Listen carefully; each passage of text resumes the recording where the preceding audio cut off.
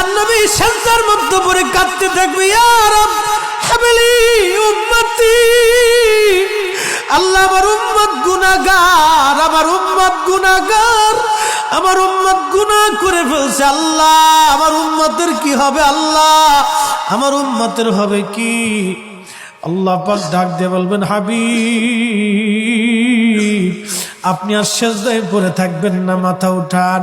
আপনি কাঁদেন কেন? মেহশর তো আপনার কান্নার জন্য না নবী, উঠেন, আপনি মাথা উঠান। আপনার জন্য আরশে মুআল্লার ডানে একটা কুরসি পেতে রাখছি, একটা চেয়ার পেতে রাখছি, একটা আসন রাখছি, আপনি নবী সেই আসনে বসবেন। আপনি মাথা উঠান, আপনি আমার হাবিব, আপনি আমার বন্ধু, আপনি আর কাঁদবেন না। হুজুর আপনি মাথা উঠান। আল্লাহর নবী তখন বলবে, ইয়া রব হাবলি উম্মতি, আল্লাহ আমার উম্মত গুনাহ করছে। আল্লাহ ডাক দিবে, হাবিব আপনি মাথা উঠান। আপনি সর্বপ্রথম হামদের পতাকা উড়াবেন, আপনি সুপারিশের পতাকা উড়াবেন, আপনি যাকে খুশি তাকে নিয়ে জান্নাতে চলে যান। একবার জোরে বলা যাবে কি সুবহানাল্লাহ?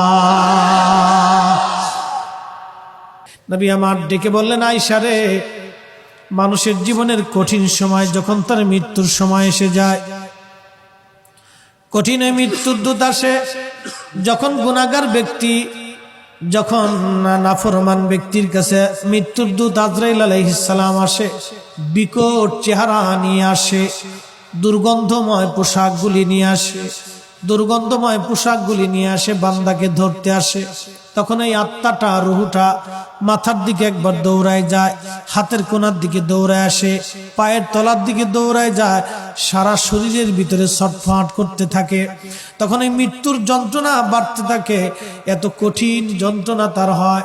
নবী বলেন, আয়েশা রে শোনো, একটা উট জ্যান্ত হালতে জবাই না দিয়ে উটের চামড়া ছিলাইলে যেই রকম কষ্ট হয়, আয়েশা রে এই উটটাকে জিন্দা হালতে 100 বার যদি উটের চামড়া তুমি সেলাও, যে পরিমাণ কষ্ট হবে আয়েশা, একজন বেঈমানের মৃত্যুটা এরকম ভয়াবহ কষ্ট হতে থাকবে।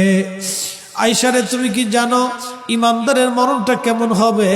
ইমানদারের মরণটা আজরাইল আসবে, সুন্দর পোশাক নিয়ে, সুন্দর সুরত নিয়ে এসে বলবে, ইয়া আইয়্যুতুহান নাফসুল মুতমাইন্নাহ তুরজিই ইলা রাব্বিকি রাদিয়াতাম মারদিয়া ফাদখুলি ফি ইবাদি ওয়াদখুলি জান্নাতি। ইয়া আইয়্যুতুহান নাফসুল মুতমাইন্নাহ, হে নফসে মুতমাইন্না তুমি আসো, ইরজিই ইলা রাব্বিকি রাদিয়াতাম মারদিয়া।